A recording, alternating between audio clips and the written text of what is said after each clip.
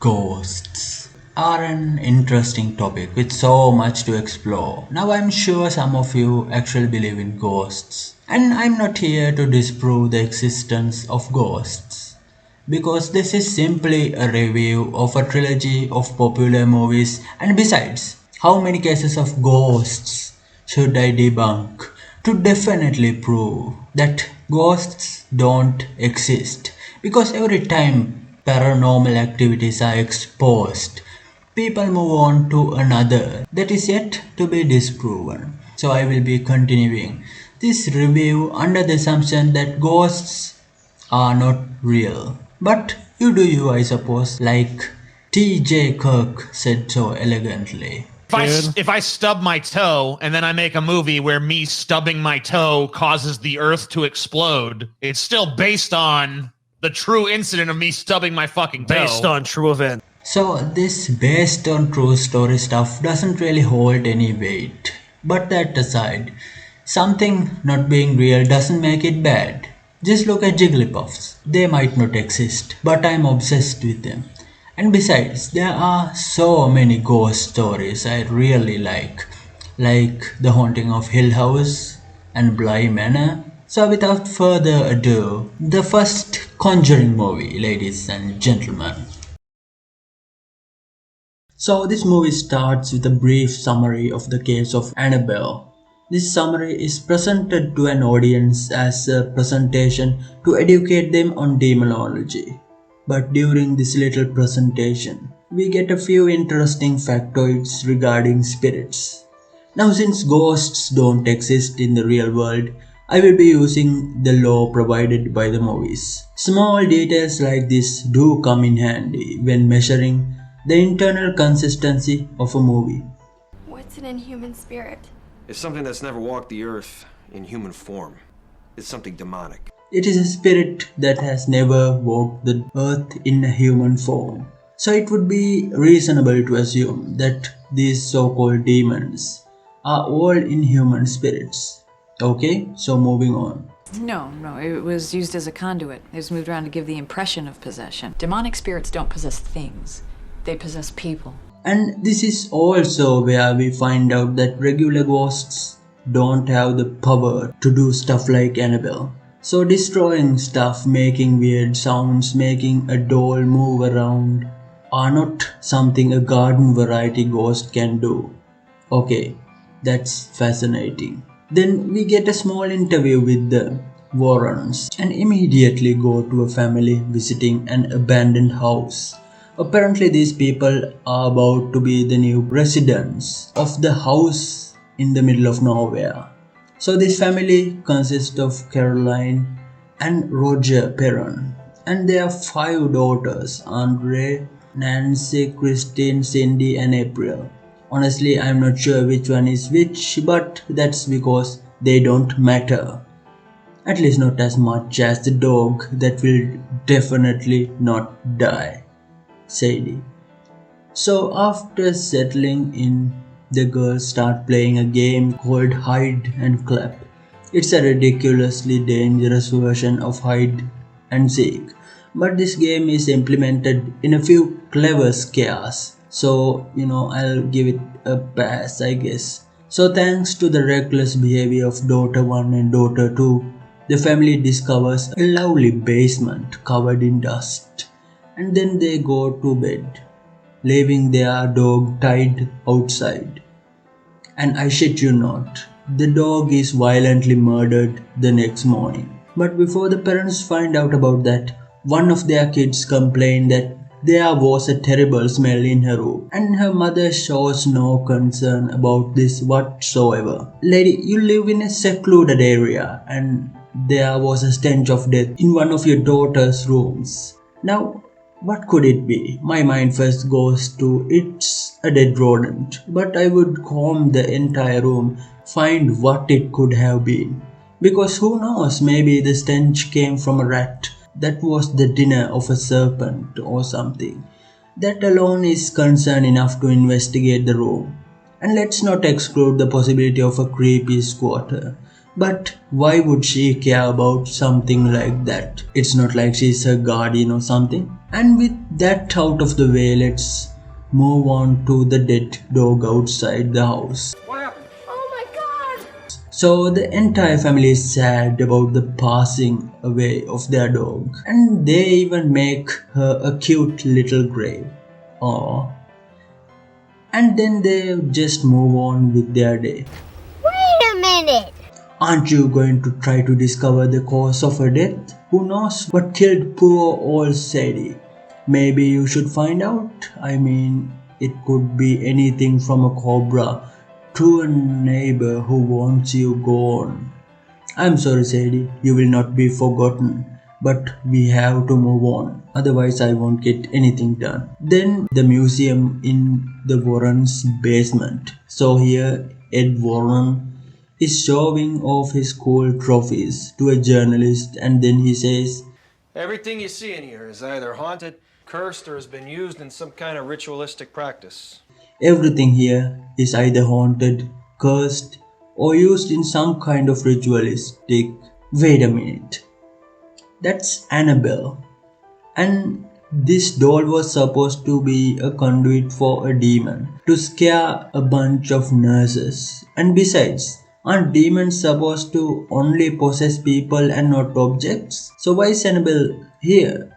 It's just a doll.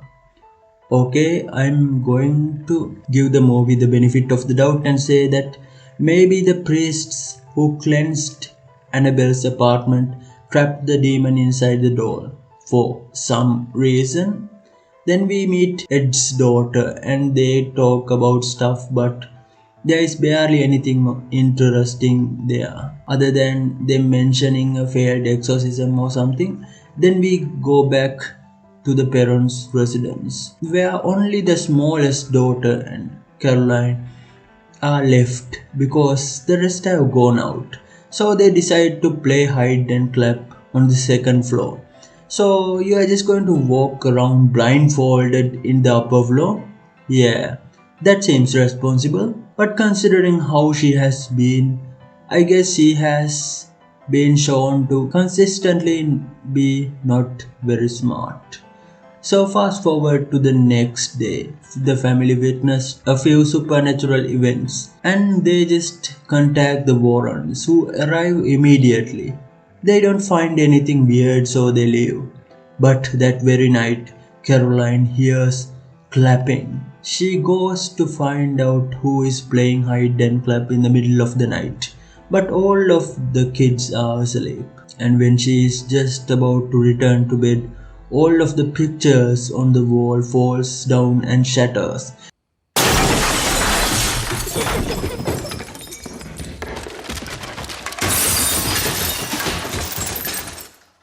Despite how loud this was, not even a single person woke up and she just goes down to check the basement. Bullshit. Then Mama just takes a tumble that should at least break a few bones or given her a concussion. But nope, she stands up slightly inconvenienced. Okay, so what is going on with old ladies in this movie? Because there are multiple instances of old ladies just shrugging off potentially life-threatening injuries. Now back to the story. Even with all that, no one's awake, okay? And meanwhile, two of the daughters are being assaulted by a dirty lady that looks very original. But when Caroline tries to leave, the basement door closes and leaves her screaming and pounding the basement door. Do not fear, for Roger is here, just in time to save everyone from the ghost. Lucky. The next day, Caroline just goes to one of those weird presentations Edd and Loraine hold. Then she convinces them to come back and take a look once more. This time they record their conversation with them. And this is when Loraine sees that there is a dark entity attached to the family. Why didn't she see it the last time they came? Who knows? Her powers only work when it's convenient to the plot. And then the Warrens go home and start to research the haunting and its history. But when they start to listen to the recording, they find out something terrifying. I'm not gonna believe this. voice didn't record. What do you mean? The ghosts can edit audio. Then they just stumble on documents that reveal that a previous owner of the house named Bathsheba Sherman killed her baby and herself as an offering to Satan. So there is quite a bit to unpack here. Bathsheba Sherman was a human before she died. That means she would be a regular spirit after her death, right? Well, this is where shit gets real complicated. Normally, ghosts should not be this powerful, but she can casually fling a girl around by her hair. Even Annabelle didn't have that much power. But that's not all, because not only is she able to edit audio, she literally finds where the Warrens live and try to hurt their daughter. Now you might say, well, she is not a ghost, she is a demon. But this raises further questions. Like, aren't demons supposed to be inhuman spirits that never walked the earth in human form? And if she isn't a demon, how did she get so powerful? And besides, why does she constantly kill her hosts? Is it to praise Satan or something? And why doesn't she just use her telekinesis to kill the entire family and use a child as a victim for her possession? Wouldn't it be more effective? But anyway, after some ridiculous attempts at documenting the ghost, they finally get enough proof to request a priest to do an exorcism on Beth. So until the exorcism is done, the family decides to go to a motel, but before they get a chance to exorcise Beth, Beth possesses Caroline and kidnaps a child and takes her to the house to kill.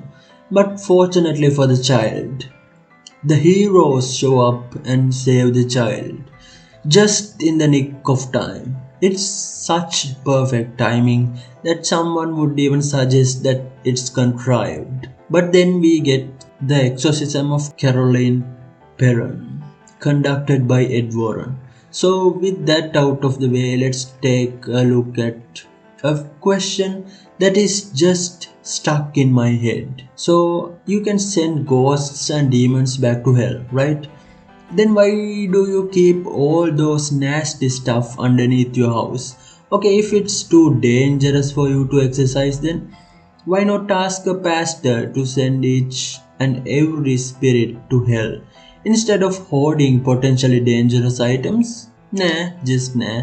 With so many issues with internal consistency, so many contrivances and so many nonsensical decisions, I must say this is a mediocre movie with a few issues that are hard to overlook. I would give the first Conjuring movie a 5 out of 10. So the story starts with the whole Amityville situation. The couple goes to check on the Lutz family, and this is where we get to see the full extent of Lorraine's ability. Apparently she can literally astral project. Then we get to see a silly murder spree. I call this silly because no one in the house is woken up by the gunshots. No, not just no one in the house. Not even the others in the same room. Now to be fair, we could assume the entire family is pumped full of anesthesia.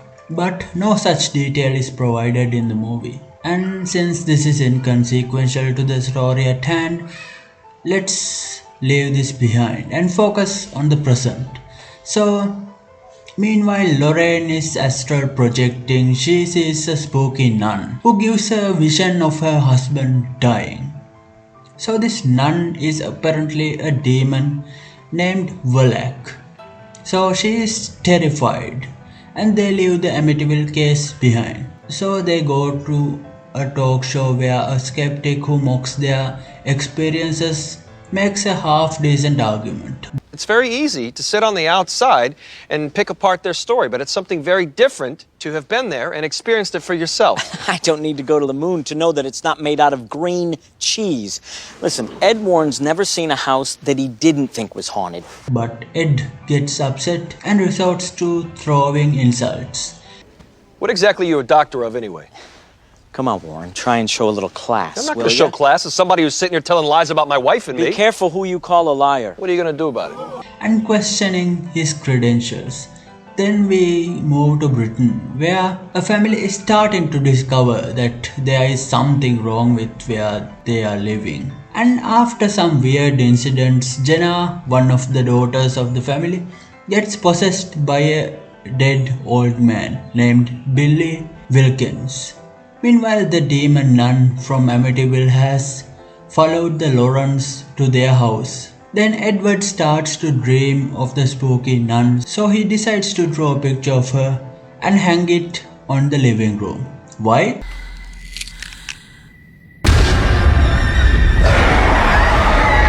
So they can do the goofiest jump scare ever. So ignoring how goofy the nun is, I must ask, how did the nun enter a place that is blessed by a priest every few weeks? This made no sense. But whatever, let's go back to the house in Britain. So the whole family being haunted by the ghost has become a national story, and people come and interview Jenna, who is possessed by Bill Wilkins. But I must say, I felt like Jenna's performance was cringeworthy.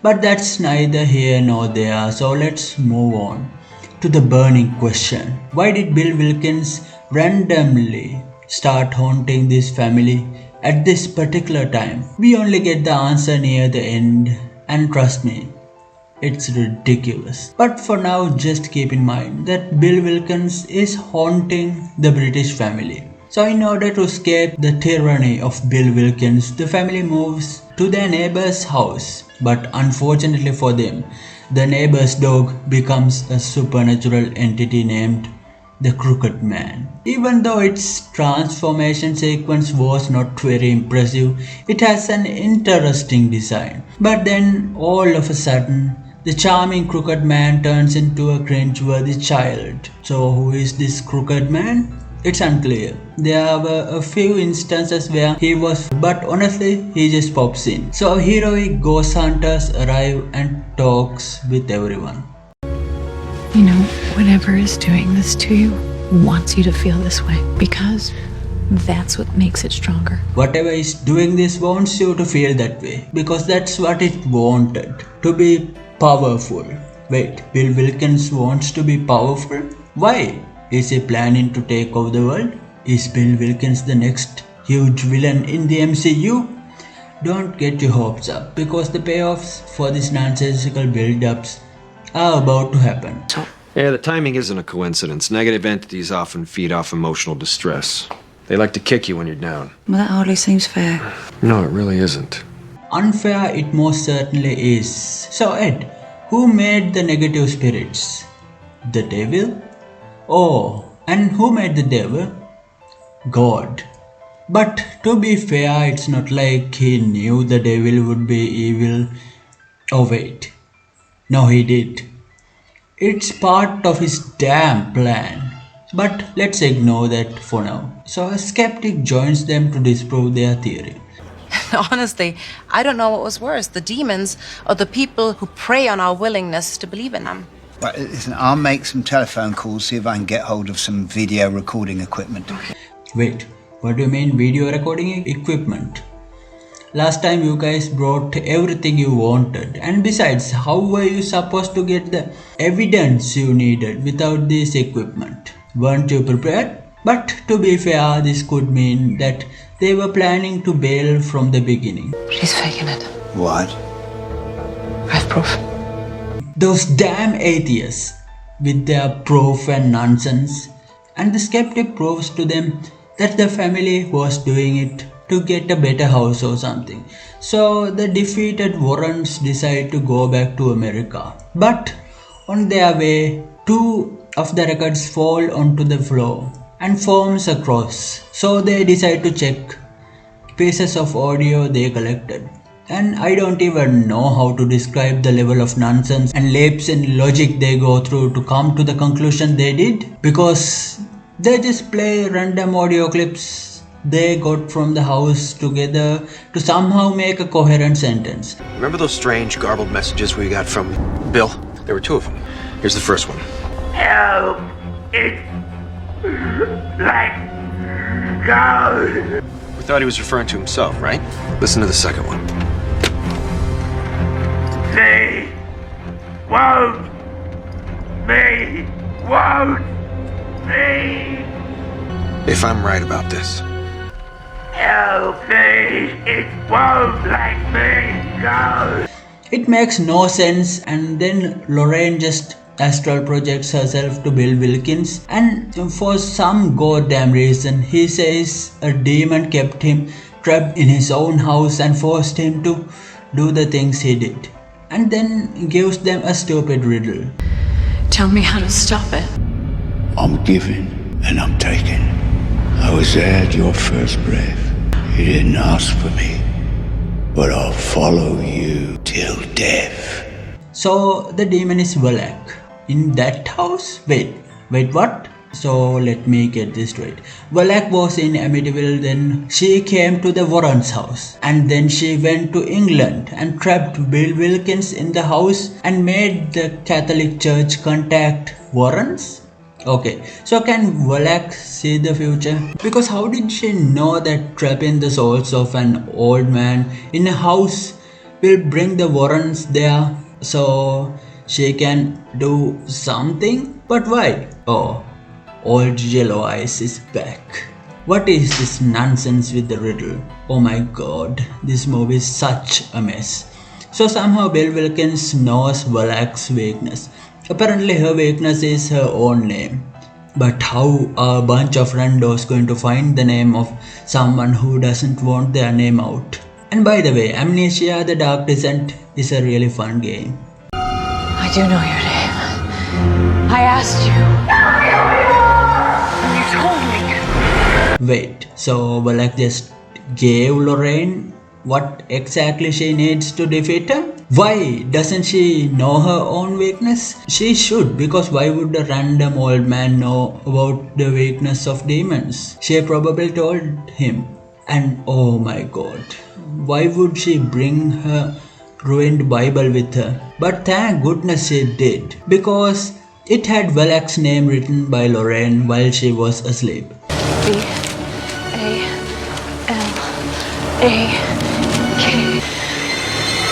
Valak. Deus Ex Machina, literally this time. So the vision didn't even come true. I do like the way the person of crookedness looks. Huh? What was Valak even trying to do? Where's the crooked man? He just came out of nowhere and disappeared. Why was he even in there? And why didn't he just kill the weakened Warren? Whatever. And by the way, why didn't Valak just stab Loraine in the mouth or crush her face before she said all that nonsense? Your name gives me dominion over you, demon. And I do know your name. Oh, right, God.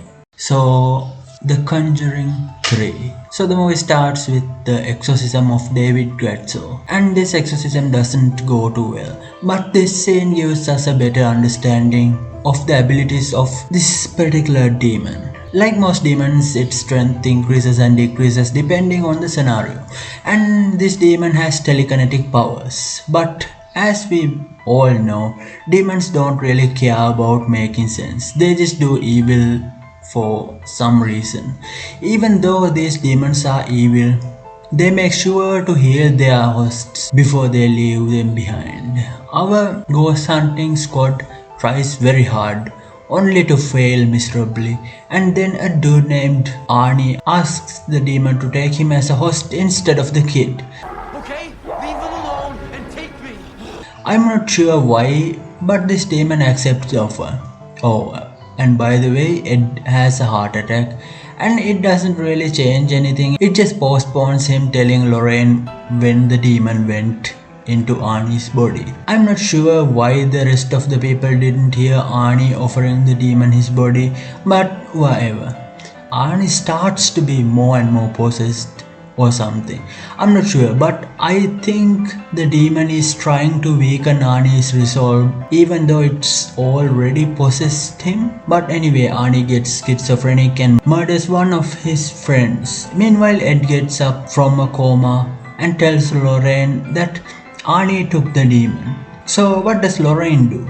She calls the police and But there's gonna be a tragedy at the Brookfield boarding kennel. says there is going to be a tragedy at the house. So please go and check that out. I don't think police will take a call like that seriously. But either way, Arnie meets the police. So apparently after killing his friend, Arnie just started walking along the road in his bloody outfit. The Warrens hear about this and come to the precinct and confirm that whatever was possessing Arnie is now gone. But now Arnie is about to be sentenced to death for killing a friend. But luckily for Arnie, the Warrens pick up the case and start investigating. Now if you watch the first two movies, you might know about Lorraine's power to astral project through space and time. This power should allow her to find out what happened instantly, right? Well, instead of using her power to find out what happened,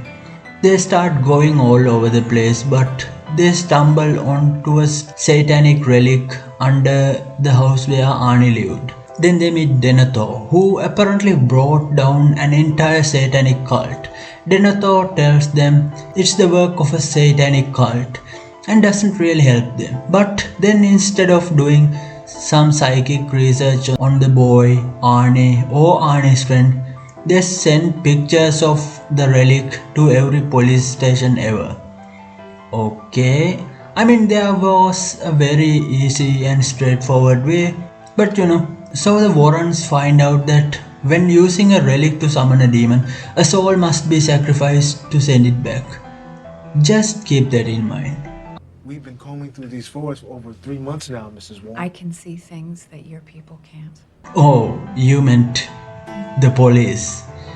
But anyway, why don't you just do it with your own case then? God gives everyone the right to defend themselves. Except for the children born with deformities. So this witch lady is Denethor's daughter who learned satanic magic from Denethor's library. She can do anything she wants as long as it doesn't kill the Warrens. Now you might say that's not true, that's just exaggeration. Let's look at the facts. She can shapeshift, she can bring back the dead, she can summon demons, she can teleport, she can take over people's minds, she has the power of clairvoyance.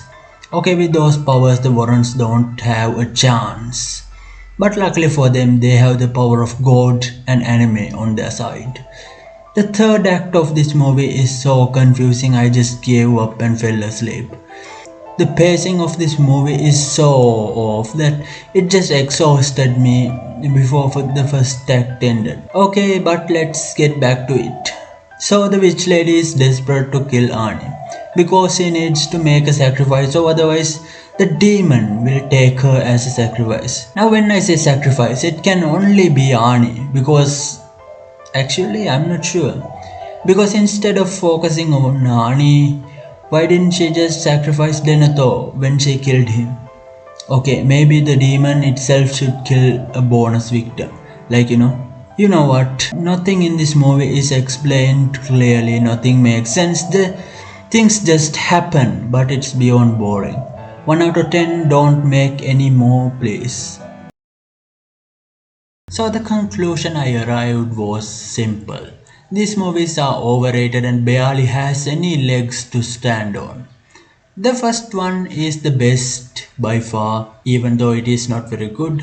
But I'm sure you have something to say about my commentary regarding God and religion. I do not intend to change what you believe, but let's get something straight. If the inclusion of God and his existence completely disintegrates the stakes, it's better to not include him in your story. Because a grand plan requires so many contrivances, one after another. This many contrivances and the divine plot armor our main characters have obliterates any sense of uncertainty or stakes we had. Because if our main characters are guided and protected by an all-powerful being, that means they are never in any danger whatsoever. So these people from the NESS, the New England Skeptical Society, go on to say they took the $13 tour. They looked at all the evidence the Warrens had for spirits and ghosts. They watched the videos and looked at the best evidence that the Warrens said that they had. Their conclusion, it's all blarney. I'm certain that some of you are upset, but I'm sorry. I'm a bit biased towards the truth and logic. And if you are too, don't forget to like and subscribe.